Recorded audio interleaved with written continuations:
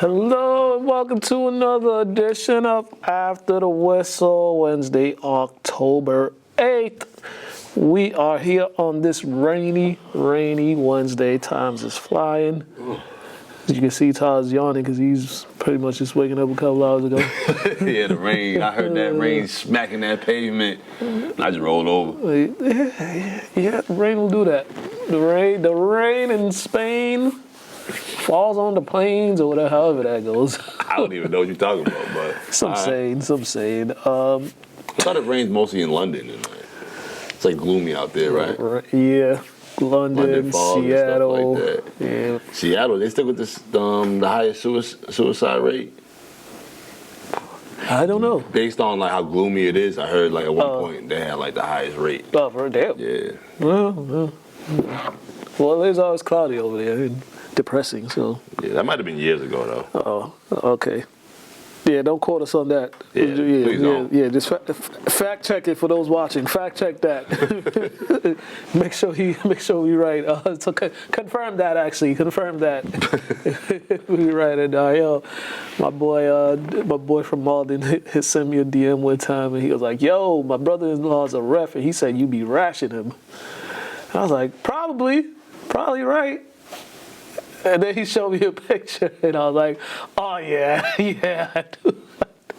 Is it warranted though? Oh yeah. I mean, like, it's warranted. He was telling him. The ref was telling him, he's like, yeah. He said you and him gotta have a conversation. He said you just be rashing on him. I'm like, hey man. I'm like, it ain't personal, it's business. I mean, once you put that striped shirt on, you look at it just like the police. Nah, it's funny because when he sent me the picture, I was like, oh yeah, I know exactly which game he probably talking about too.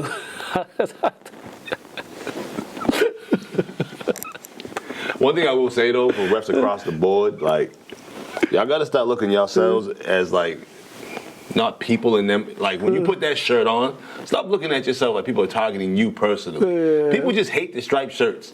Just like people don't really care for the badges. Right. So you gotta understand, once you put that shirt on, just develop alligator skin. Nah, I swear they all gonna run down on me one day. Because I'll be honest, I don't even know most refs' first name. I just call you ref. Yeah. You know what I mean? So once I know your first name, I'm able to separate referee from the person. Now that'd be funny though, because a lot of them that run down that I run into, they be mad, but then they be like, yeah, they don't take it too personal. But sometimes they be mad, but then they like, yeah. But then there's something like, we actually watch the games and see what you say about it. So, Yeah, I'm just saying. I'm glad you're watching. Like once you stop putting that shirt on, you gotta tell yourself they're gonna hate me. They're gonna hate me. They're supposed to hate me. So you can't get mad at that. You know what I mean? Right. Being a ref is almost like being a substitute teacher. They just go. Yeah. To a certain extent, because you know I was a building sub and I was cool and kids all loved me. So I can't really. Yeah, I would say they're more like the VP.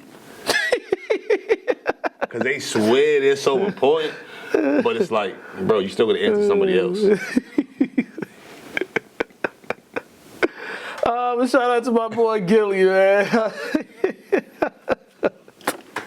That was a funny ass conversation we had, but yeah, I ain't rest. No. Actually, I did see for the first time. Usually football, I don't see I see bad officiating in football, but it ain't crazy. Oh man, this past Saturday I seen like the worst football officiating I ever seen. Like these dudes was just bad, and then one of the coaches I was talking to, apparently he was telling me that crew was from New Hampshire, and apparently that crew is banned from doing games in New Hampshire. That's how bad they were.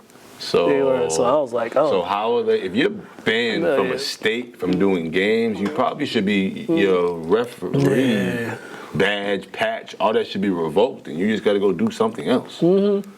Like, once you start getting banned from states, you shouldn't be allowed to go to another state and do anything else in that realm. Like, this is just dumb to me. And I thought he was joking when he said that, but he's like, no, he thought it was like a joke too. But then he said he knew for people that coach in New Hampshire. And he confirmed it. So when I say like referees are kind of like the badge, is it kind of similar? Like you suck in a certain area and they transfer you somewhere else? That's what it's looking like, even though, remember, you're putting kids' lives at risk when you got these bad referees. Because remember, kids' livelihoods is number one. They should be able to walk freely away from the game. with no issues. So when you got these people who have no real idea about the rules and how to officiate these games, you put these kids at risk. Yeah. At the end of the day, it's not about you, it's about the next generation. So I don't understand why they're even allowed to even be. And if you think I'm joking, Refs. just go on the YouTube channel, go watch the Classical versus Malden games, the Classical versus Malden game from this past Saturday. I mean, yeah, that officiating crew was bad. Now, granted, there was a lot of undiscipline by both teams with flags, but some of the stuff I was like, yo, man, what are y'all doing? Like the first quarter took like 45 minutes. But when you're reffing, you should have experience in that sport to be able to decipher trash between times you need to call the call. So I get it, they're disciplined, but you should know enough about football to see through that. Yeah. That's what I mean. You know what I'm saying? Yeah, and this is the first time I've seen like a really, really bad officiating crew. Like the games I go to, I see bad calls here and there, but like how? But I'm kind of confused because like how bad were they? It was just bad. Like were they just not calling offsides? Were they just making up calls? Oh, they was making up calls. Not calling face masks. A kid got ejected.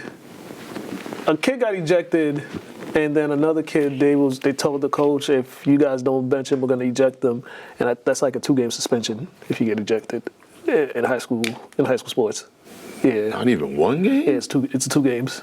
Football, basketball, whatever sport, any sport, it's 2 games. So I'm saying there, I'm thinking one player got ejected, but I'm like, he's still on the bench. And then I seen the other player. Then I looked at the replay, and it was like one of those. They was just a little extra after the whistle, but nothing that's not, that doesn't happen all the time. It happens all the time in football. Like they're gonna have these little tussles after the whistle and stuff like that. But it was just like, flag them for, unsportsmanlike conduct for both, but they didn't deserve to be ejected in that. Like, especially the other player, the player from the other team, he didn't deserve to be ejected. No ejections or thoughts of ejection should have been. Now, how many refs were there? 3 or 4? There's like 5 in football. Now, yeah. I don't know if you know this, but do all those refs have experience in football, playing, coaching? No. Because, like, we're at the point in life now where if you don't have any experience, because no different than a job, they want people with prior experience. If you have no experience in the sport, you shouldn't be allowed to even ref it. Yeah. You shouldn't be allowed to control the calls. Like, it just makes no sense, because once again, you should be able to decipher when a scrum's going on after the whistle's blown, because you're taught to play until the whistle, and you already know in football, emotions always running high, always running high. Football players, they're angry people anyway, so they're always looking for a reason to fight. It takes them a couple seconds, you know what I mean? Right. After the whistle, so like you gotta understand. No pun football's intended. one of the sports where No pun intended. What I say? You said after the whistle. Oh yeah, no pun intended. But like, football's probably one of the main sports where like everybody's emotions are always running high, and it's hard to cool yourself down like that. And they always on 10 because bro, they always on 10. For one, your plays only last 5 seconds, so you gotta go. You know what I mean? Balls to the wall. Every play, pause. You know what I'm saying? It's just every play is super intense. Basketball is naturally intense, but like it's just the way the game flows. Football is intense. Once you say hut, especially it's chaos. Especially for the guys in the trenches. It's like they're hitting each other every play. So it's like every play's a war. Well, what's not of the unusual. The Bills and the Pats kind of getting back to the Pats have been dominating the Bills for forever, and the Bills have had these last couple of years where they've been winning because the Pats didn't really have a quarterback. But now I got a quarterback, and also that other quarterback on the other side. He looked like the quarterback that I always say is the reason why y'all not gonna win games. Interceptions, trying to do too much, all that other stuff. But this was more about the Pats. This was a grow-up game for Drake May. This was like one of them games. Like, okay, if he's like starts playing well the rest of the way, you'd be like point to this game. You're like he did a lot of good things in this game, especially not throwing a touchdown pass, but he ain't turned the ball over. He made all the great plays. Stevenson, he fumbled again, but he made it up. He made up for it with 2 touchdowns. I think he had 2 touchdowns. But man, good win for the Pats. Good win. All I'm gonna say is they better not start this trend, beating good teams and just giving away wins to lose. You know what I mean? The bums. Well, they gave away the 2. Yeah, so I'm hoping they're not starting this trend. Hopefully, this is trajectory to move up. You know what I mean? Instead of moving up and down. Mm-hmm. We don't do no roller coaster seasons. You're showing that you can grind it out. The first half was miserable. It was just hard to watch. And second half, you know what I mean? They tightened up. Like I said, the Bills aren't going to win anything when they have 3 turnovers in the game. They showed that in the past. It's just tough for them. Yeah. You know what I mean? And you got to be more disciplined. Like I said, having 11 penalties for 90 yards. Yeah. But like I said, this game was more about the Pats because most people didn't have the Pats winning this game just based on who they're playing against. But, shout out to Stephon Diggs. Yeah. Showing his worth. And reminding Allen that he used to rely on me. Now, may throw me 10-plus catches. You know what I mean? Yeah, I'm looking at Diggs as the season goes on. He's just been getting better and better and better. And this is also a guy coming off an ACL injury too, so we got to play that. But he's been getting better and better. You go 7 catches, 5 catches, 3 catches, 7 catches, 12 catches, and like the yards. So he had that little mishap. Yeah. It was like now he's like fully understanding the off. He's getting in the rhythm with the quarterback of the offense. So that just him. If he can continue playing like that at the receiver position, that's going to open up things a whole lot for the whole offense and their running game too. Their running game was good. Well, not great, but good. They did a balance of run pass and stuff like that. But it was that drive when the Bills tied it. That's the one that really showed the maturity of May. He made that pass where he's about to get sacked, and I don't even know how he got that off, but he got it off. He got the pass off, and they got the first down. Was able to do that, but then he got 4 brothers. He's the youngest of 4, and they all athletes. Oh yeah, so yeah, he got a brother who plays professional in Europe basketball. Overseas. Okay. I think the other 2 play baseball and stuff like that. And I think their dad played ball. I think either football or basketball at UNC. I forget. Well, it's a standard. Yeah. When you have a father that played, college or professional, it's just a standard. Yeah. I know. And you're the youngest too, so you kind of been like the one to. You kind of been bullied. You got to see all the mistakes and mishaps, and and you get bullied, so you develop a certain type of toughness. Yes, a certain type of toughness and a certain fabric of skin. Yeah. That's pretty rough and tough. Right. But what else is I gotta say? Also too, remember we was talking about the Pats having an issue with number 1 receivers, and they finally got one. Yeah. Finally. It's been 5 years since they had number 1 receiver? It's been a while. Yeah, so now you see. Since Edelman. I think that Edelman was the last one. Also, shout out Marcus Jones. He's been playing well. I think he was the one that made that big interception. Yeah, he was the one that got that interception. He's been making some plays on special teams, but a good one for the Pats. They're 3-2 on the season. They could have easily been 3-1. If it wasn't for some mishaps, or even 4-0. But that's the way sports work. You got to play your best all 4 games. So they go into New Orleans this weekend. That place is crazy to play because it's so loud in there. So hopefully you can pull out another win, make it 3 in a row. Monday Night Football. Jaguars beat the Chiefs, and this was a good game actually. Trevor Lawrence tripped, fell, was able to get up and find his way to the end zone. It was like one of those you play the blooper music on that play. Once I saw him get up the second time, I was like, oh yeah, he's definitely scoring. Yeah, if nobody touched him after that, it's you got to score. Yeah, you have to score after that. Jaguars, a really good start, 4-1 on the season. Lawrence is starting to play like the quarterback people thought he'd be. It's starting to develop. Looks like it took a little longer than normal. I think this is year 4 or 5 for him. He started off hot. The first year or 2, he was out there balling. Yeah, and then kind of just Yeah, but I think now he's there was one play that was crazy. The interception he threw, which was a blatant pass interference. The dude got tackled and they didn't call it. I'm sitting there bro, what? It's the Chiefs, bro. Yeah. But once again, the Chiefs, I don't understand what they're doing with their team. One thing I hate when I see the box score and Mahomes is leading the team in rushing. You got 2 legit running backs, Pacheco and Hunt. There's no reason why Mahomes should have 1 less carry than them and more yards. That's just crazy. You're relying too much on this quarterback. You know what I mean? I just hate the usage rate of him and Yeah, they're going back to having the issues with scoring. You got to put points on the board every quarter if you're the Chiefs. We can't have scoreless quarters like the third. Against the Jags. This is true. This is true. And they were pretty control of they were in control of the game, but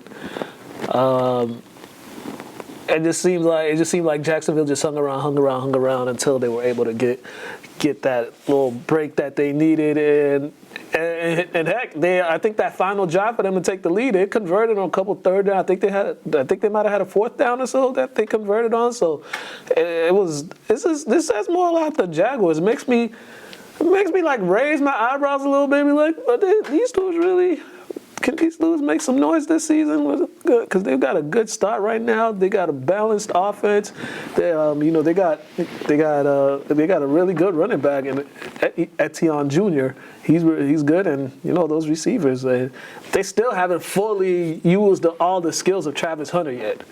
He made some plays in this game, but they still really haven't used his full skill set. So when they're finally able to use Travis Hunter's full skill set, both sides of the ball, they're gonna be a team to watch. But right now, hey man, people talk about them, and I don't know when the last time people talk about the Jags. I mean, they're the only expansion team that didn't go to the Super Bowl, right? Well, yeah, we talked about the other night. Yeah, they had a chance, but then they ran into the Pats. And each time. Each time. You heard Marshawn Lynch. She's talking about Brady. Let them get one. So, the evil empire struck again. Hey, but the resurgence of Mac Jones. Woo woo. Mac Jones looking like a NFL quarterback after he had to sit back and just observe for a little bit, for like 2 years. But he was looking like a warrior this weekend, man. Limping, doing it all. Hey. He gained my respect. I'm not gonna lie to you. Well, Brock Purdy tried to come back early from injury and had to get a little worried about his starting spot. But this was a good Thursday night game, overtime game. But the 49ers, they just have the Rams numbers. They just have the Rams number. The Rams the last like 4 or 5 years have only beaten them like twice in the regular season. So I don't know. Maybe it's because the coaches know each other, and Kyle Shanahan just has a little bit more idea of what McVay wants to do than what McVay has of Shanahan. But hey, man. Well, they're balanced. 49ers are always kind of balanced. Yeah. And we already know the Rams. The Rams. So, I thought Chargers for a second. The Rams, they're known to rely on their quarterback. Mm-hmm. There's some franchises that just rely on their quarterback, want to give him all the shine, even though they forget that when the team wins, the quarterback gets to shine anyways. Yeah. And you got some teams that just want to play legit good football. Balanced football, and that's what it is. You said when you run the ball 16 times compared to 33 times, and when you ran 16 times, you're averaging 4.9 yards a carry. That's almost half a first down. Why wouldn't you continue that? You didn't run the ball over 20 times. Speaking of the Rams, and a close game too. It wasn't like this game was out of reach for them to abandon the running game. It was a tightly contested game, so they still had chances too to have a balanced attack. Yeah, 2 fumbles don't help. Yeah, turning the ball over is just not.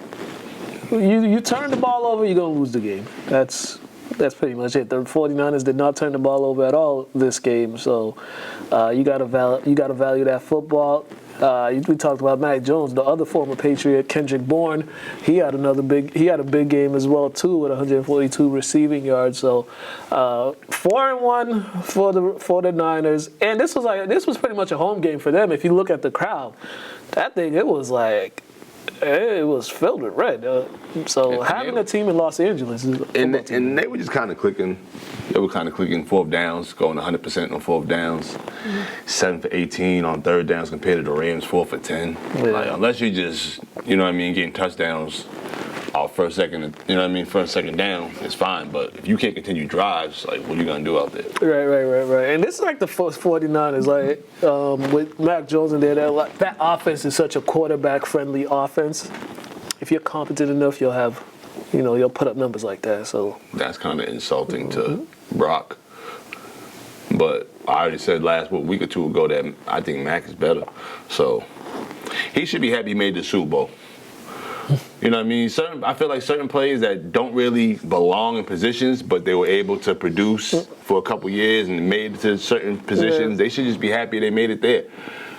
Like we can't be delusional and oblivious. Hey man, Cam called him a good game manager, and people called him crazy and try to bash Cam Newton's name, but he was right. If Peyton Manning would have said that, they probably would have all bowed, right? Right. Yeah. Speaking of Peyton Manning, his former team, the Broncos, they went into Philadelphia and erased a double-digit lead in the fourth quarter to pull out the victory over the Eagles. And it seems like the Eagles, there's a lot of stuff happening with the Eagles that, player-wise, that it's starting to boil. It hasn't really exploded onto the scene, but there's like some turmoil in there with quarterback, and not only just one receiver, but with both receivers too. So, but Broncos, they scoring 18 points in the fourth quarter. Hey man, and the Eagles, they usually when they have a double-digit lead like that going into fourth, they usually close the deal with their defense and how they get to the quarterback. But just wasn't it this game, and you got to give Saquon more than 6 carries. Yeah, you have to, especially when like your quarterback isn't the most reliable. I feel like there's some animosity going on between the quarterback and the wide receivers because everybody in the world knows your wide receivers need your quarterback to be successful. The quarterback don't want to throw it to the guy. So sometimes I feel like, well, you said he's not confident, at times with his arm, but like I just feel like he wants to prove that he can win. Mm-hmm. You know what I mean? By himself rather than use the guys that are outstanding wide receivers. Yeah. And the thing is, maybe 2 years ago, it wasn't like that. It was they'd find where he'd get them the ball. So I'm not even sure what happened. Well, now we got Saquon Barkley, and him and Saquon they do the same thing. Mm-hmm. They just run. He barely throws the ball. Right. So I personally don't know. Like I personally don't know what's going on. That's why I didn't even write any notes or anything for this team because it's just like. They have an easy formula to be great. Run the ball, pass the ball to these outstanding wide receivers, and then you be the third option. Right, There's no reason why you got to be push all the time. You're taking yards and touchdowns from Saquon that can gladly get those. Yeah. But you're so adamant on being the man. You know what I mean? But it's like you're not the man based on what quarterbacks usually do. And that's slang that thing. Right. Yeah. Honestly, I think he's holding their offense back, and it's this is why he got benched at Alabama because he wouldn't sling that. He wouldn't let it go. Just let the ball go and. Bro, there's no reason why this man only gets 5 targets a whole game. A.J. Brown, a whole 5. You mean you throw it to the man 1.5 times a quarter? And when he does throw it, he's so sure that the ball's not coming to him that he stopped running. He slowed down on a route where if he kept going, he would have got a touchdown. That's just how out of sync they are. Because usually when you have routes like that, those are the receiver's favorite route, them go routes. And usually the wide receiver and quarterbacks are some of like the bestest of friends on the team because they need each other. Right. Yeah. I don't see that relationship being like that. Yeah, man, it's tough for that. But for Denver, a lot of people had Denver as a Super Bowl pick going to the Super Bowl this year because of their defense and their defense and they got the coach Sean Payton. They think he's Super Bowl quarterback, Super Bowl coach. They think he's gonna be able to do it with the defense they have. And I'm just like, y'all have Bo Nix. I'm sorry, but. Hitman Payton? Yeah. Always. I ain't even mad at that. I'm just like, I just can't see Bo Nix being like leading a team to a Super Bowl just because if he actually put that in his mind that he got to manage the game with the defense that they have, it'd be fine. But he thinks he's Brett Favre. That's a problem right there. He thinks he's a gunslinger, and it's like, nah. I've seen enough of it from college. Where's he from? Alabama. That's why you got that hair. Yeah, he started off at Auburn, and Nah, you know, like I saw him his helmet out. I said, "What was his hair looks like regular?" It's the same. It's the same. The spiky dude. I be wondering, like, what possesses him to do that? Like, I don't know. I don't know either. But good road win for Denver. They're going to London for their next game. I think this weekend. Let me double check who they're playing in that one. They're playing the Jets in London. Thank goodness. Yeah, send the Jets over there and keep them over there. Ain't nobody trying to see that. Little does London know. We just sending over trash. Y'all are excited about it. All right. Battle of two former top 10 picks in Sam Darnold and Baker Mayfield, who were in the same draft class and who were also former teammates at Carolina for the Panthers. This turned into one of them old-fashioned shootouts, man. After a slow first quarter, it just turned into a shootout, and the Bucs just had a little more firepower. And this is another game that the Bucs have won by 3 points. I think all 4 of their wins have been 3 points. You know, I like Baker. I'm glad he found, his second wind with him, the Buccaneers, because them other stops was not working. But Seattle. They had turnover problems. Tighten up. I get it. It was a shootout, but when you're averaging 6.1 yards on the ground, you got to utilize that. Make it easy for Sam Darnold. I ain't know Jalen Milroe was on this team. I'm looking at this roster. I only know the receiver, Jackson Smith. Okay. Cooper Kupp's on this team too. Oh. Huh? Yeah, Cooper Kupp. Cooper Kupp from Seattle. Well, he from Washington. Does he play? Yeah, he had 6 catches. Oh, what happened to Cooper? That knee injury. That knee injury messed him up.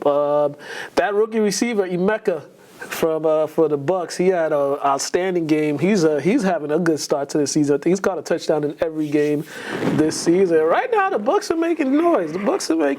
They did it last year too, but this year it seems a little different. They're doing a lot more points being scored this year than last year. So. And Baker's showing that he's actually a leader. He's doing a better job leading the team, I think. I mean, he's not losing games. No, he's not. So he's winning them. So doing his job. Yeah. I ain't have much else to say about this game. Lastly, just Indy is still rolling. There's they blew out the Raiders.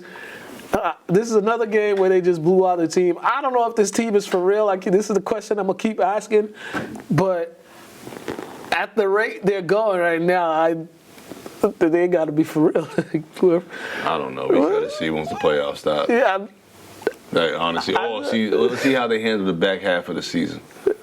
I'm looking at their schedule. They got the Cardinals coming up, the Chargers, Titans, Steelers.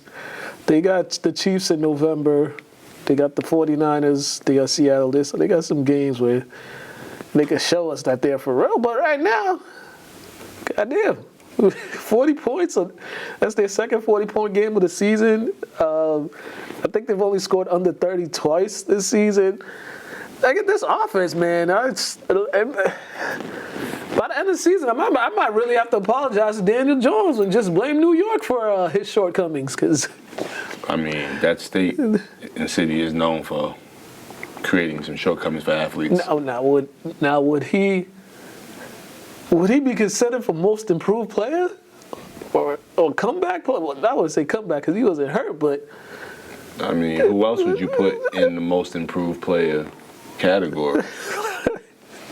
Granted, he's been in the league for a couple years, but still.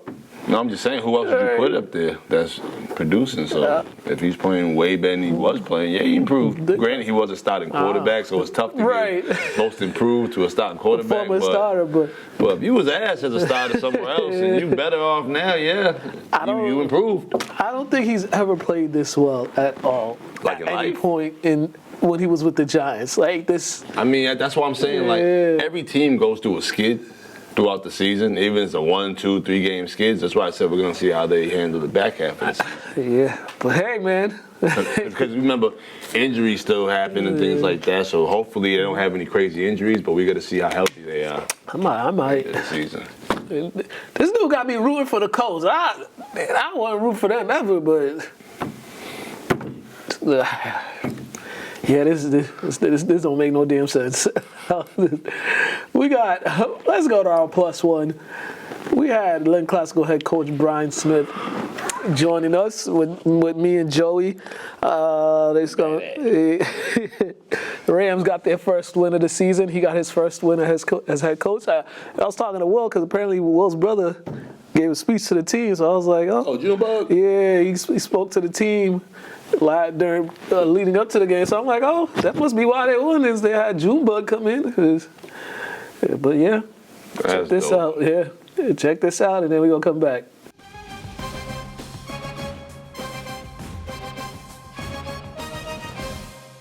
All right, what's going on, everybody? We got another edition of the Plus One interview. And today, Joey's here as always. We're all on Zoom today, and we have a special guest, Lynn Classical head coach, Coach Smith. How are you doing, sir? Doing well. Appreciate you guys having me on. Hey, thank you for taking some time to join with us. I know you guys coming off a big victory on Saturday over Malden, a defensive battle. Your offense just put up enough points to win it. But just first of all, I know there was a lot of excitement from the players on getting that win. Just for you personally, how did that feel on Saturday? Well, it felt great to get the first one done. You know, it's been a couple weeks.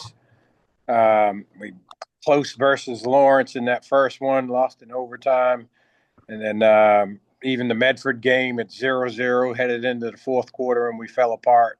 So it was definitely great to finally get the proverbial monkey off our back and get that first one under our belt. Yeah, go ahead, Joe. No, Coach, first of all, congratulations. Thank you. Know how much this means to you. And like you said, a couple of your games have been ridiculously close, especially that week one matchup, which had some flags and all that. Coming off this win, and then 3 of your next 4 games, if we're counting Thanksgiving, are at home, Manning Field and Lynn. What's the message right now? Like you said, that monkey's off your back. Is it just let's keep it going? Let's keep this momentum intact? Message is keep working hard every day and trying to get a little bit better each day. Like I've said numerous times, that's got to be our only focus is did we get better each day? If we do that, we'll feel really confident going in each week about where we stand. Mm-hmm. And I think, that's kind of our motto right now is just keep chopping wood. And for you guys, I know there've been some injuries here and there. I know the quarterbacks have been, yes, tons of them. Right, and you've had to make some adjustments. But how were those guys just able to step up? And each week, you guys, when you had to put somebody in a new position or a new situation for them, because of the injuries, how did you like the way they stepped up and took that role that you placed on them? Yeah, a lot of guys didn't have a choice. They were just thrown into the fire. We had so many injuries, especially after the Everett game. Even the Lawrence game, we lost one of our best players in that game, Manny Mendez, for a couple games. He came back last week, made a huge impact in that game.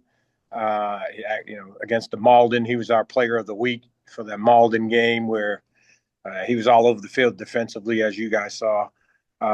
So we had 5 freshmen start at the varsity level the past 3 weeks, and that's never a good deal, for a varsity team to have 5 freshmen starting. But at the same time, those kids learned a lot. You got to give them credit for even, stepping into the fire like that. And they all did, a decent job for being freshmen and put into such a terrible situation. But, we were decimated, especially on the offensive line for about 2 weeks, where, again, we had to start 2 freshmen on the offensive line against Cathedral. And that's not a good plan.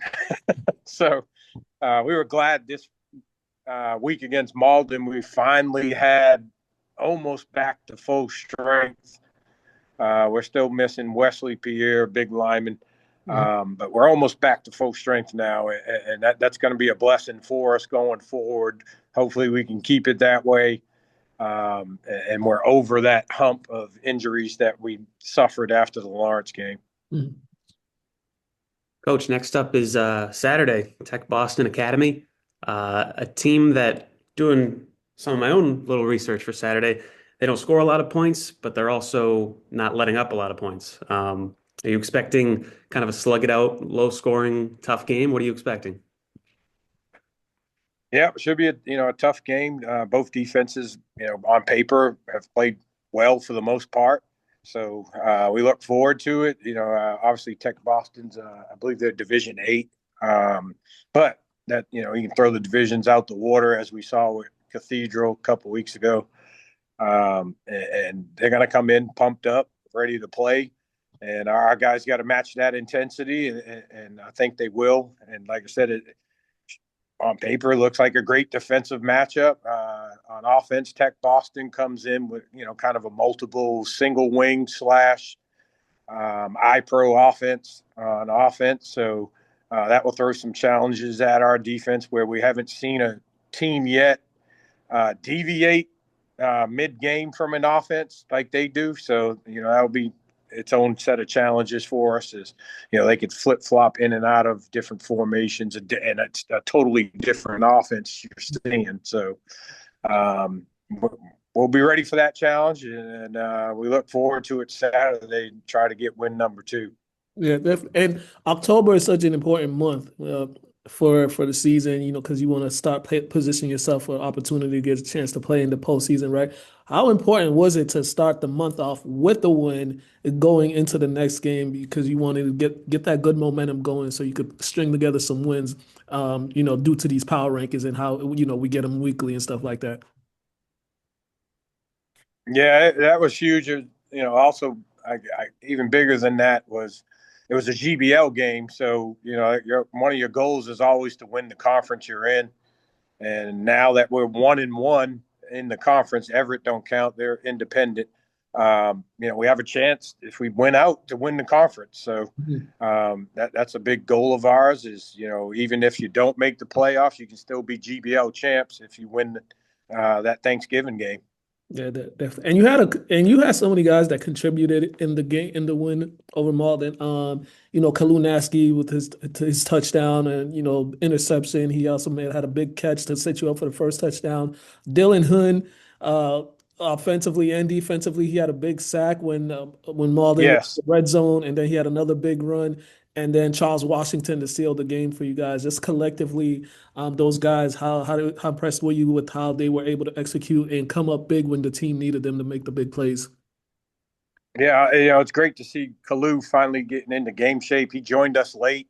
Didn't know if he was coming back to Classical or not, and we're glad he made that choice to come back to Classical. But he joined us late. His first playing time was Everett. And it's taken him a couple weeks to get into game shape. Even though, as you saw, he's still got a few ways to go. He had to come out a few too many times in that game but made heck of a plays. Had 2 great catches, had 2 reverses that he did really well on, and then like you said, made a huge interception as well. So he made a huge impact in that game.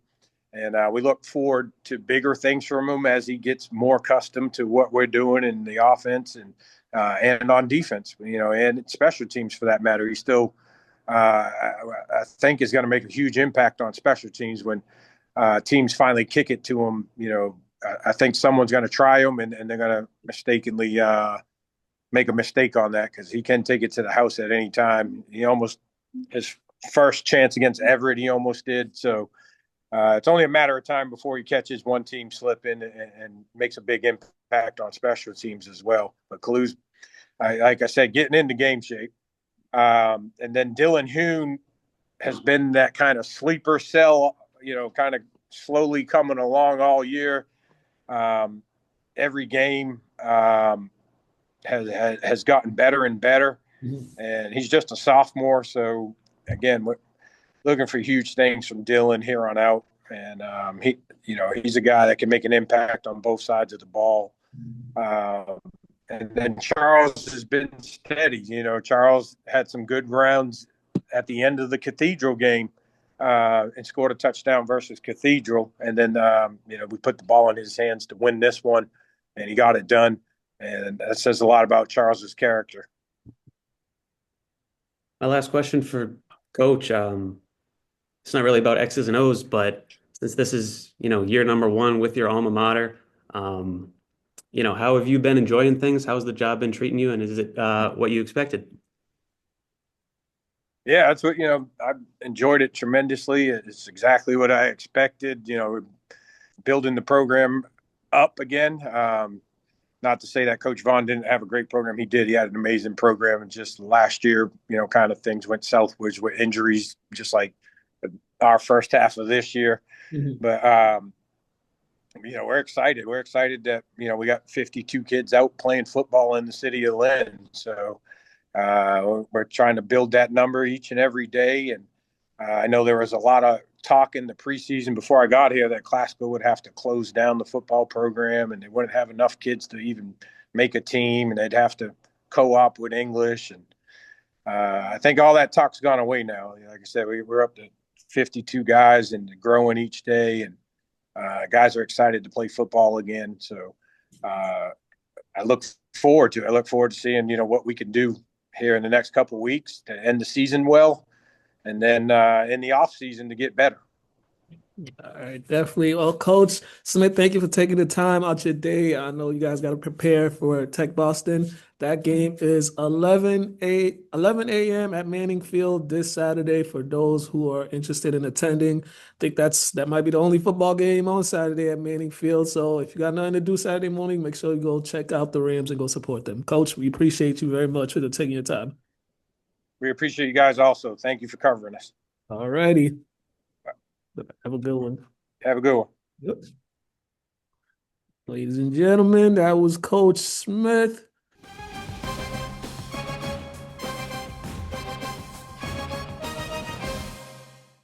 All right, folks, we are back, ladies and gentlemen. The WNBA Finals is kicking up, and why is WNBA Finals games on a Sunday afternoon when football is on? I don't know, but that's a backhanded compliment. Right. Like, yeah, we're giving you TV time, but we're going to give you the worst times. Like, So you can't complain about being on TV, but you can't complain about the placement that you're placed because y'all should be prime time. It's just right, the finals. the game should be, if not Sunday, have it Tuesday or Wednesday. Like, It should have a night dedicated for them. right, or I mean, it's the finals, so it's like, or even Friday.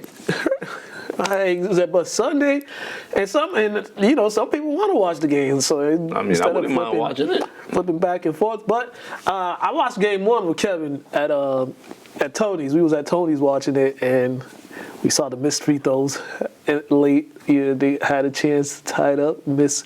Got to make your free throws. Got to make your free throws. That literally comes down to you got to make your free throws in the fourth quarter. And then game two was just a dominant performance by the Aces. I mean, they're gonna win this series. I think Phoenix might get a game, but I just think overall Vegas. I mean, we got the best player in the league. It's hard to beat a team where you got the best player in the team, and then her teammates are also killers. I was gonna say they kind of got like three of the best players in the league. To be honest with you, you got the best point guard, one of the best two guards. They low key like the Avengers. Yeah, they're stacked, bro. They're stacked. So it's like what you gonna do? And even if Asia doesn't have a good game or a great game, still. That's the funny thing about the WNBA compared to the NBA, because expansion teams are ass in WNBA. Mm-hmm. I mean, in the NBA. In the WNBA or the W, expansion teams end up being like some of the best franchises ever. Right. like the Lakes. The Aces about to be on that. Yeah, because there's like so much. Because there's so much talent that from former But remember, like the Lynx though. They got number one draft picks like 4 or 5 years in a row, and they end up just being like the Lynx. That was a ridiculous team though. that Lynx team, that was actually a ridiculous team. That's one of my favorite WNBA teams to watch, bro. Yeah, when you look at their title runs, you just like this was actually an unfair team. You had Simone Augustus and Maya Moore and Flowers, and who was the point guard again from Minnesota? I forget. Let me look. Which year you want me to look? It don't even matter because Lindsay Whalen. Oh yeah, that's what he was telling me about, right? That's what he was telling me about. The one from Minnesota? Was that the one you was telling me about? I don't know. No, you was telling me about different. I was telling you about Cappy from Chicago. No. The it was a different player. Oh, okay, yeah. I think it's Lindsey Whalen. I think that's Lindsey. I could be wrong though, but I think it is her of Minnesota. Then they had all these other role players. Like, bro, That was a ridiculous team. That just you got Maya Moore and Simone Augustus. That's no different than Cheryl Swoops and Cynthia Cooper. Yeah.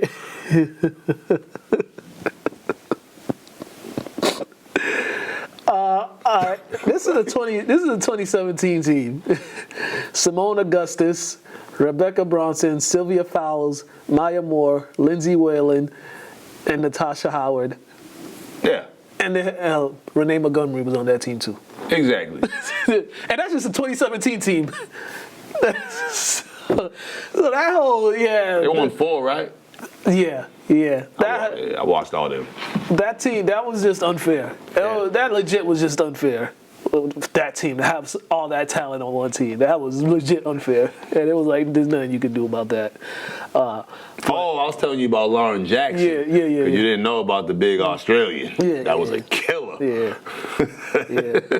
All right, so for the Mercury, Kalia Cooper gets 22, Cooper gets 23, Sabali gets 22, and you still lose by 13. Yo, she related to the other Cooper. I don't know. The one from the Lakers. I don't know. Maybe. Let me do a little Google search. I was just curious because they black.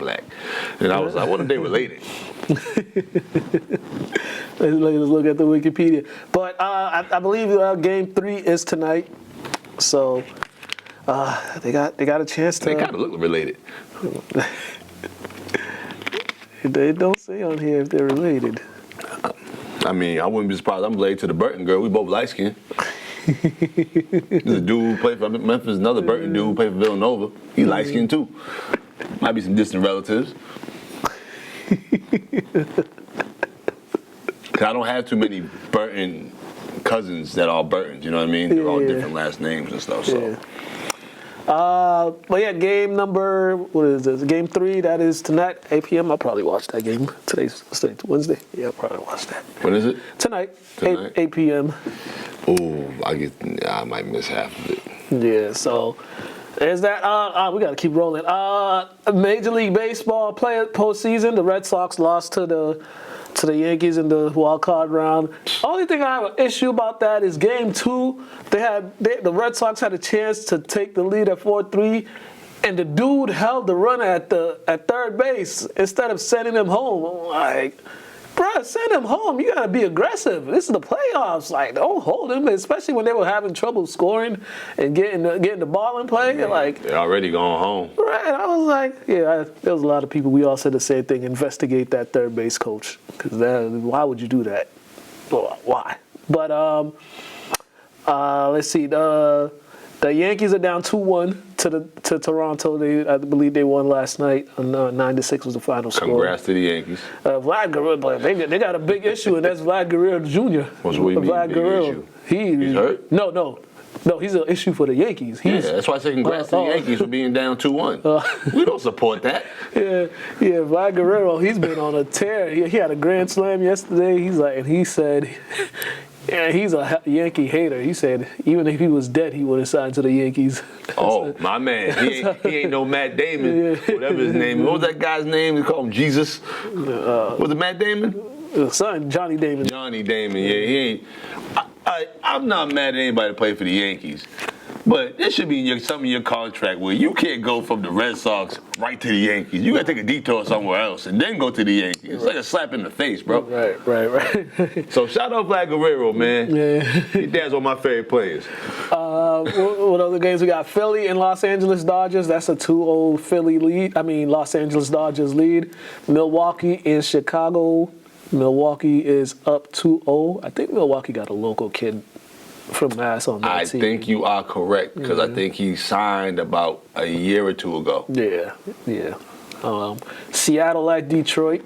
That's going on right now. That's actually the top of the third. Oh, lastly, on that Red Sox-Yankees thing, the pitcher for the Yankees that pretty much got the Red Sox out of there, he's a Mass kid, Northeastern product too. So I mean, we can't be mad at where he gets drafted. I mean, the Red Sox could have had a chance to draft him. Oh, because they usually get first pickings and all that stuff. In-state kids, right? They had a chance to draft him in the draft. And pitching's usually the biggest issue. And he was a high-profile pitcher. He's 6'6", got an arm. Oh, my Lanta. You know. You said 6'6", bro. Like, that's just, high-profile prospect. Over 6'5", you got to take it. Yeah. The Bengals have traded for Joe Flacco because Jake Browning is trash. That dude is trash. So, I mean, but Joe Flacco's 80 years old, so he could only hold up for so long. But he's gonna get the ball to Chase and Higgins though. Jake Browning was out there drowning, man. So you had to get somebody else. But I mean, a lot of people saying Shador needs to get traded to the Raiders, but I'm like, Shador wouldn't have stopped that hurricane that came in. Yeah, nah. That stampede from the Colts. Yeah, but he wouldn't have stopped that at all. Yeah. That was the Lion King right there, bro. Yeah, that was. They got ran over. Yeah, but hey, man, the Bengals needed something. They needed a move to get some offense, the offense going and stuff. Because the offense just hasn't looked good. Joe Flacco being traded is just funny to me. Yeah, Joe Flacco, 90 years old. He must be a great teammate. Great teammate, great locker room guy. He must go to all the little fundraising events. Hey, man, he's like that dude in the NBA, Jared Temple. He's like him. Jared Temple is always on the NBA roster, and everybody, whether they're former teammates or former coaches or GMs, they always say the same thing. But then his pops used to play? I have no idea. I thought his pops used to play. Yeah. But everybody says the same thing. He's a great guy to be around. He's like a professional. And he's just a great guy to be around, especially for the young guys. So it's just like, hey, it pays to be a good teammate. I mean, it just pays to be a good person. Yeah. Just in life. Definitely. So over the weekend, the Kyron Lacey, more information have came out. Remember when we talked about it? We was just like, we didn't even know what to say about everything that happened. And this is why our parents always tell us don't lie. Because when you lie, then you got to cover it up and cover it up. And now everything's recorded now, so it's like there's no need. And when you tell the truth, you ain't gotta do it. So my biggest question when I saw this is like, why did that officer specifically just target Kyron Lacey? Why did you just target him? Why? I know that's a rhetorical question, but it was just like... No, it's not a rhetorical question, but like, people don't realize when like you're successful, you're doing things in life, that people that work regular jobs, some people are just envious, and when they get a chance to screw you, they're gonna do it. And it was so ridiculous. So shout out to his lawyer too, because his lawyer stayed on it, and his lawyer was like, he's been doing interviews, and he talked about he just needed one more day, but then leading up to when he took his own life, he said that he was with Kyron was with his cousins and stuff like that, and like he had the gun, he pulled it out, and he was telling them to give him the keys. And they knew why he was saying that. They wasn't trying to give him the keys, but then he was like threatening to shoot them. So they was just like, that's pretty much So I mean, they ruined the young man's life based off a lie. And it ruined the family's life. They ruined everything. They ruined bro. everything. And then you got the point of view from his point of view is like they're charging him for negligence and a homicide. And he thinks he killed somebody. And now, like, for young men to take that, and then I was just reading stuff. Is like if he was found guilty, they was gonna throw him to Angola prison, which is a place that nobody wants to go to. So So it was just a lot, and it's just very sad. Like, and it was also like the thing happened in December. Why didn't this footage come out sooner and stuff like that? It was my issue was with the officer. Yeah. Like, my dad's law enforcement. People wonder why I'm not law enforcement. It's because I just, I value people. I mean, not saying my dad and people don't, but you got some cops in here who are just trash people. Yeah. That don't care about protecting and serving, but they take an oath for this badge and they go around. You got things like this. I know some cops that are trash people. You get what I'm saying? So it's like one of them things. It's just like, if you're gonna take this role in this life and this occupation, be a decent person. Right. Regardless of how you feel about certain races, that's not your job to ruin people's lives. Your job is to do your job. Then when you go home, you can talk all the trash you want about black people and whatever you want. But you know what I'm saying? It's just like, if you're gonna sign up and take these oaths, I feel like that law enforcement should be treated just like the military. You got some mishaps, some issues up there, you can't do this job because you're walking around with a damn pistol. You're walking around with a deadly weapon. So my thing is, they gotta stop putting more rules in the police force in regards to allowing anybody to be a cop, because there's been so many lawsuits against the police force that open the floodgates now. You gotta tighten things up, because there should be no intoxicated cops walking around being recorded by a guy that's drunk, but he's not just drunk as you. You know what I mean? Or is intoxicated, incoherent as you. There shouldn't be nobody kneeling on nobody's neck. You know what I mean? There should be nobody that's being falsely accused for anything. Just do your job. Right. And this could have all, if he had done his job properly, none of this would have happened. Now what's going to happen? The ripple effect. That police department is going to get sued like crazy by the whole family, and they're probably going to have to pay a crazy amount of money, and it all could have been avoided. But you just remember, did your job all that comes out of? The taxpayers' bill. The taxpayers. Right. So everybody suffers because of it. Right. But yeah, kids, reason why your parents and adults tell you not to lie, because so you can avoid things like this, trying to cover your tracks and trying to do all that. So you tell the truth, your story will never change. You tell a lie, your story's gonna change 80 million times. And I mean, rest in peace, Kyron Lacey. Hope his family gets the justice they deserve, because man, this was just like, this was sad. And when I add to that, athletes, just be aware. Be aware, all smiles aren't for you. Right. There's some frowns behind them smiles. Yeah. So just do your best to stay out the way, stay under the radar. Don't bring extra attention to yourself, because you already get enough attention as it is being an athlete. Yeah. So just be safe out there. Man. This is like one of the saddest stories I've seen in a while. Just tragic. We got boxing. I heard Boots Ennis is fighting Pedro this weekend. There we go. There goes the post right there. There it is right there. This Saturday, Jerron Boots Ennis against Uisma Lima. To be honest with you, I never heard of this kid. Bro, I was gonna say this sounded like the Great White Hope movie.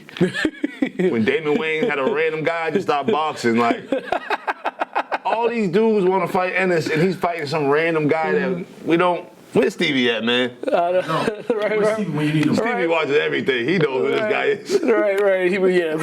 For real. I mean, it's a middleweight. Not a middleweight. Junior middleweight championship for the WNBA belt. So I don't know. It just seemed like duckage to me. Yeah. I mean, it's boxing, man.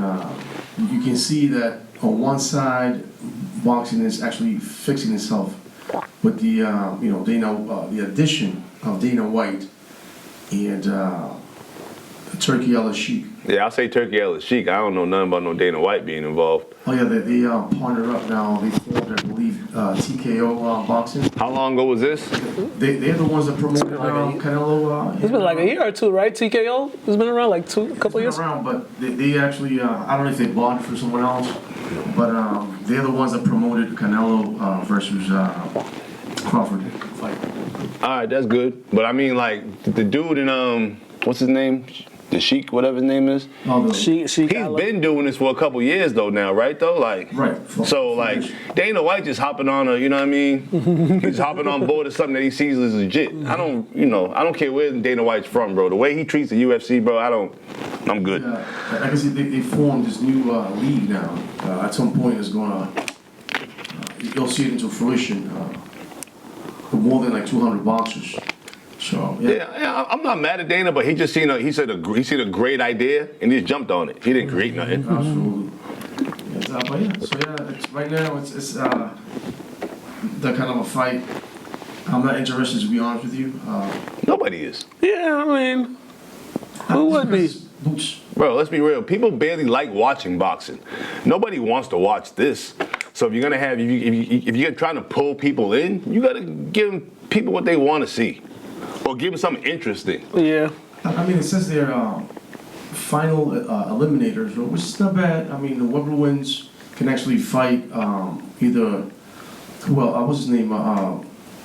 The Tower Inferno, the 6'6" guy, Fandora. He has 2 belts. That's great, but he ain't making no noise though. So that's what I mean. All these belts are great, but if you ain't making no noise as a champion, that's a problem. You're right about that. He's not fighting like the top level fighters. So it's like, what are we doing?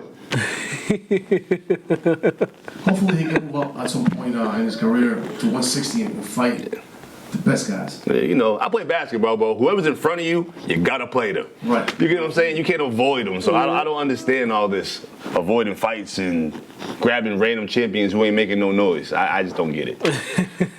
Right. It's one of those stale, fights, I guess. I applaud anybody that gets in the ring, though. But I see some fear outside the ring. So, I mean, that's that for now. I mean, there's not a lot going on right now. All right, man. That is our boxing update. Appreciate that, P. Yeah. Absolutely. Believe me, I feel the same way. It's just like, what? Like, what are we doing here? I'm disappointed. And it's supposed to be fighting some other people that he was in contact with and things of that nature. Like, so where's Sheik at, man? Throw the bag at him. He's supposed to be fighting Rashidi. He's supposed to be fighting one of them fried chicken boys. Supposed to be 2 fried chicken boys in the ring. Trust me, man. I feel you. Let's go to these interview aspect. We got coaches, we got players. Let's go to these interviews and highlights and top 10 plays, and then we're gonna wrap this thing up.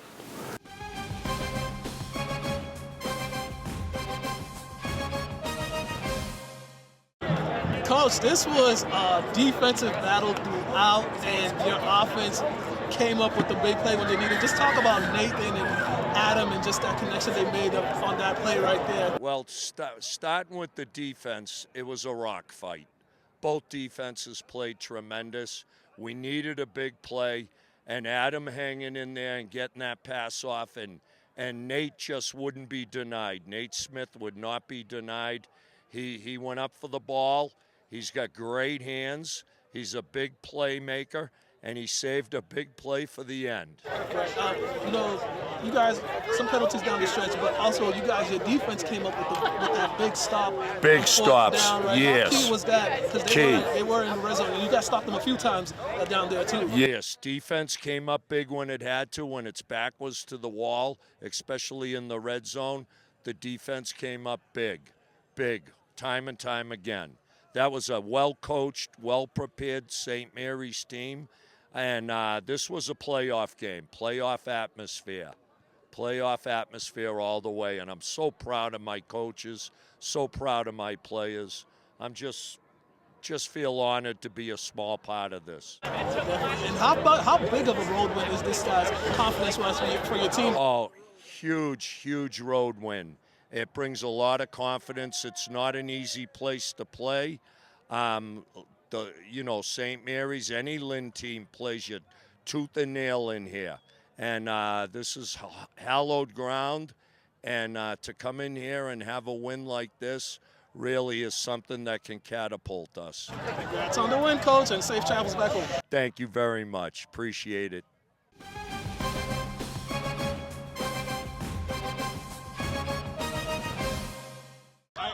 Coach, your guys came out here, got the win offensively. Another big performance. You guys putting up over 40 points again. Just what did you like after that first series? What did you like from the offense after that first series? It showed the willingness of us. I mean, we can just score at any moment. We're so explosive. Between Beauchamp and Shane, it's a dynamic duo that's, once we get going, man, it's dangerous. It's a scary thing to see. So. These guys, they go hard every week in practice, so I see it every day. And then when we get out here, it's kind of just like they're putting it all together for that week, and they just come out here and play hard. I wasn't surprised by anything they did. Defensively, they had some stuff going on early, but then you guys made some adjustments. Second half, you guys marched down the field, create a turnover. Then you guys, once again, after you scored, they're marching. Your defense creates another turnover. It's not like how you like the way they played after just not the best start that they had, but how you like the way they played the rest of the game after you guys made those adjustments. Yeah, we obviously everyone that was here seen we started off slow defensively, but we scored, so it made up for it. And then we went into halftime and we made some adjustments. Then we got lucky twice. We got a couple fumbles, and then we scored off them, which always helps. So I tip my hat off to my defensive guys too. They played their butts off tonight, and I'm not surprised at all by it, man. Short week for you guys, though. Short term, you guys on the road Thursday, right? But you guys stringing together wins now and back-to-back games. Just what does that do? Because October is a very important month. Just how good is it for you guys to start off the month with the win as you guys hit the road on Thursday?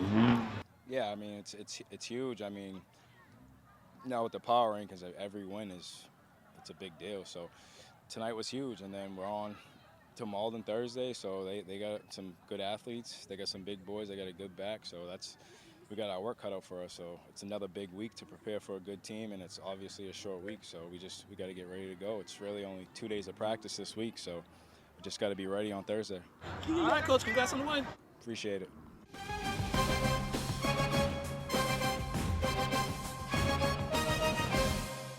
Coach, you guys had to earn this victory, right? You guys really had to fight through and earn this victory. Just what you can say about their resilience for this one? Yeah, like I preach every week, we just got to get better every week, and we got better this week, and we knew coming in we had a great chance to get our first victory because we worked so hard throughout the week. I thought all week we had a great, hard week of practice. We got after it, and when you do that, good things come. We still got a lot to clean up. We got a lot of things we got to work on to get better each week. But I'm definitely proud of them for this win, and we're looking forward to next week. Right. You did enough offensively, put up 13 points. That was all you needed. But defensively, their defense made them work for everything throughout. Just what can you say with the stops on fourth down, with the turnovers, with the sacks and all that? Yeah, defense played a heck of a game, flying around the field, gang tackling. Everything we preach is what they did today, and you can't say enough. We dedicated this game to Coach Joe Joyce, who coached here at Classical for a long time. And he's in the hospital right now. And then also Robert Junebug Johnson, who came and spoke to the team this week and kind of fired us up and just told us what Classical Pride's all about. So those two guys, this game ball's going to go to for sure. Lastly, that fourth down call, 4th and 5, you could have punted it in and put it back. Was that? Did you have that made up in your mind that you guys would? Yeah, we had that made up. We wanted to end the game, and we knew they were cheating inside, so we pitched it to Charles Washington. He made it happen, and you got to give Charles a lot of credit for that. And the line, they blocked really well on that play, and the backs blocked well, and Charles did what he had to do, which was pick up that first down. All right, Coach. Congrats on the win. Thank you. Appreciate you.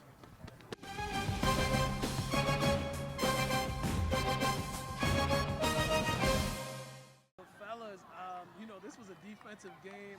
You guys, they were making you guys work for everything. Just, what did you guys do to finally get that last push and get that final score on that play right there? Where you just were scrambling and you found Nathan down there. We just got to persevere through the whole game. We were down the whole game, and then we just found a way to come back. I scrambled to my right. I saw Smitty open on that little 5 there.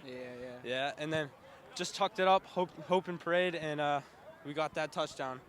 I heard Coach call an audible, call me backside, run a fade. Heard it. I saw Adam rolling out. Knew I had to make the play and score. Just how much did you guys have to fight for this one? Because you guys had to fight for every inch. They weren't giving you guys anything easy, especially offensively. You guys have seemed like you guys were pushing, trying to find that big play, and you finally get it. How much of a relief that was that you guys were finally able to get that big play? Oh man, it's a big relief. Honestly, this is like the hardest we've worked for any single game this season. All these games we played, this is definitely the hardest team we played so far, and I love how we persevered through that and just found it in the end zone. Yeah, this was our 40th win in a row that we haven't lost, and Coach was saying we had to work hard all week, and we couldn't lose on our 40th win, so we had to win that game, fight hard. All right, fellas, congratulations on the win. Thank you, man. Thanks.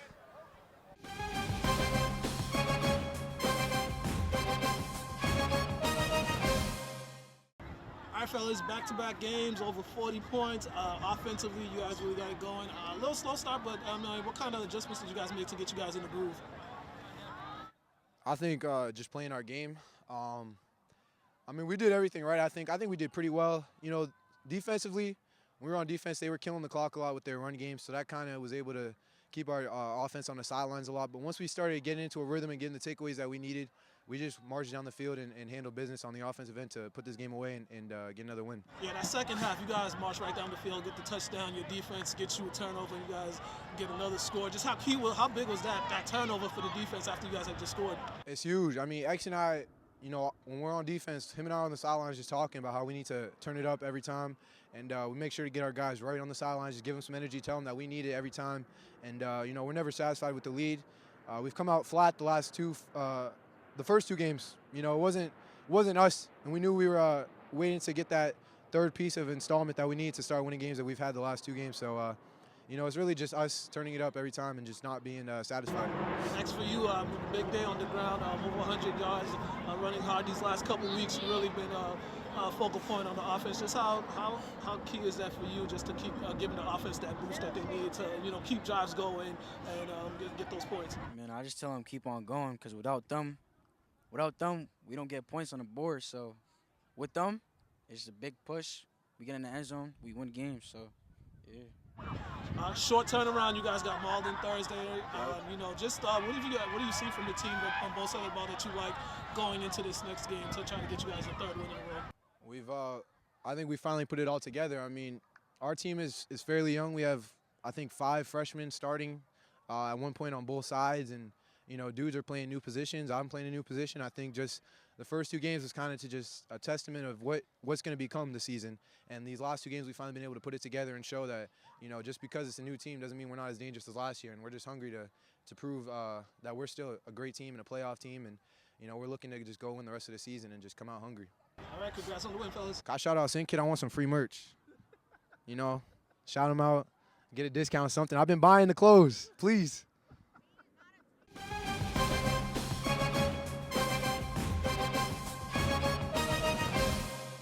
All right, Kalu, how you feeling right now? You guys got the win, 13-8. Just how were you guys able to pull it out? Hard work this week. Our coach Smith over here, we prepped really hard this week to get this dub. Every single one of us were in the weight room every single week, and we were going at it. We knew we had a tough loss last week, and today was just all the motivation we can to be GBL champions. Some big plays for you. You had a big play to set you up for the first touchdown, another big play to give you guys that cushion. I mean, just walk me through both of those plays. Yes, sir. We knew what we wanted to do all game. We knew what the plan was with me. Our coach knew what the plan was with all the guys, and we just went out there and got it done today. All right, talk about the defense. You guys slowed them down throughout the game. Besides that one drive, they scored late, but throughout this game, they had a hard time moving the ball. How you guys? Yes, sir. Yes, sir. We went at it. We had to put a hat on a head. We knew who their guy was when we have guys all around, dude. So we went at it, and we got the dub today. All right, man. Congrats on the win. I appreciate it, Mukala.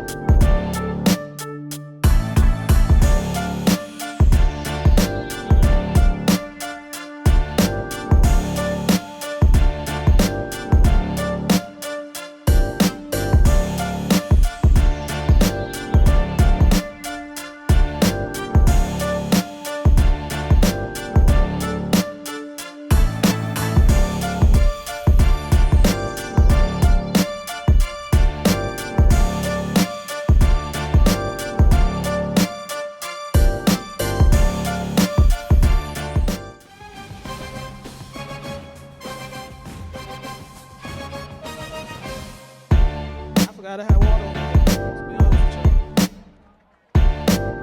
That goes nowhere.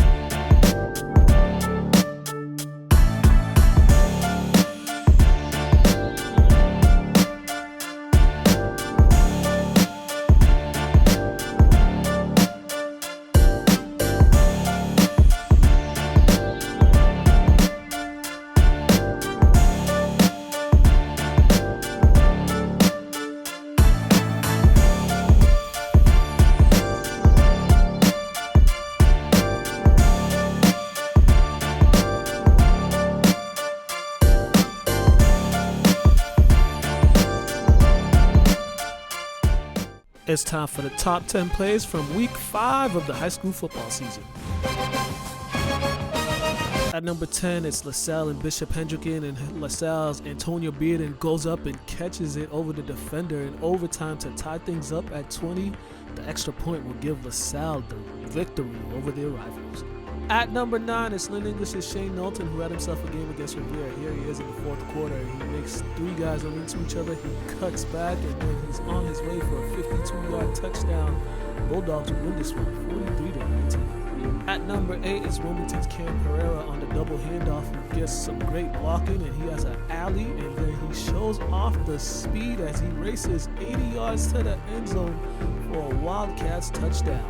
At number 7, it's Wilmington's Ted Wodrowski, who takes the short pass, and he's going to make one guy miss, then he's going to get some great blocking, he's going to make another guy miss, and then he's just going to find his way to the end zone for a Winchester touchdown, and they win over Wakefield. At number 6, Tewksbury's undefeated, and Ben Christopher is fast. Here he is on the return. He is not touched on his way to the end zone. He just outruns the entire kickoff team, gets in. Tewksbury wins this one. They remain undefeated on the season. At number 5, it's Archbishop Williams' Jaden Beatty, who jumps the pass and says, "Gimme that."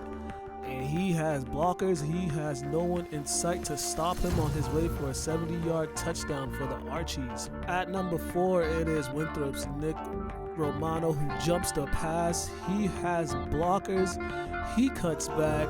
He has daylight. He is going on his way for a 95-yard pick six, and the Vikings win over the Saunas. Number 3, it is Beverly Xavier Ayuk, who's gonna handle the punt, but he gets it back. He makes one guy miss. He makes another guy miss. He cuts back.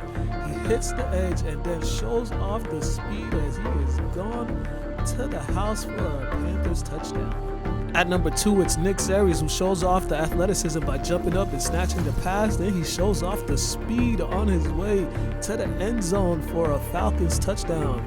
At number 1, we go to Manning Field with Shawsheen's quarterback, Adam Caruso. He's going to scramble. He's going to keep his head up. He's going to throw it up, and Nathan Smith is going to jump up and get it. Then he's going to run over the would-be tackler into the end zone for a Rams touchdown. Shawsheen wins this one, 14-7.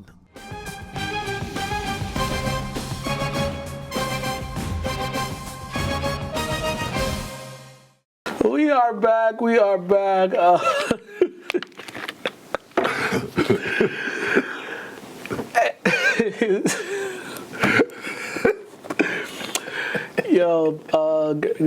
Grace told me that people be running up on her because, whenever I post her on my story, whenever I'm with me and her hanging out, she said people run up on her, asking her mad questions. I just be like, Like, you don't know you're doing Grace a favor because Grace isn't the most like approachable or personable person. She's not even gonna talk to you, so you're actually giving her some shine. She'd be like, they just be asking me, "You related to Mukala?" I'm like, tell them what? Ask them why. Why they want to know? Like, obviously. Right. Why else would I have a teenager on my story? Right. You know? What type of question? What type of people are y'all? Like, odd people. You know, and then she said they be asking her if I'm her dad and stuff like that. I'm just like, tell them, yeah. No, just stop. Like, why would it matter? Dad, uncle, cousin? Like, what's it to you? Oh my gosh, well, yeah, she be having me dying because she's not the most social person. So that's why people running up on her. She gonna be if you don't put her on your story, does she have an Instagram? She does. She does. Did she put her? I don't follow her. She probably puts an eye up there. I need to talk to her about. Well, it's hilarious because my cousin, she's not the most social person. She like me when I was that age. Oh yes. Yes.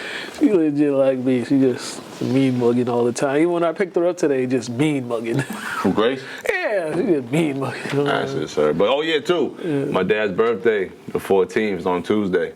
Happy birthday, Pops. He turned 60.